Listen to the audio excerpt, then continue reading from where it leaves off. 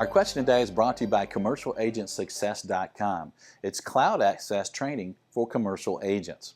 And our question is, Michael, do you recommend Teams for commercial real estate agents? Well, I do if you have the right team set up, you have the right team agreement, and you have the right team members. You know, if you're on a team or you're creating a team and those items are not right, then it could be terrible for your business. So I did a 1-hour video on Teams and created the ultimate team agreement. I've been doing this for 30 years and I've had teams that work for me. I'm on a team now and I train teams and manage teams. So I've seen what can go wrong, what can go right. And there's some real advantages to teams.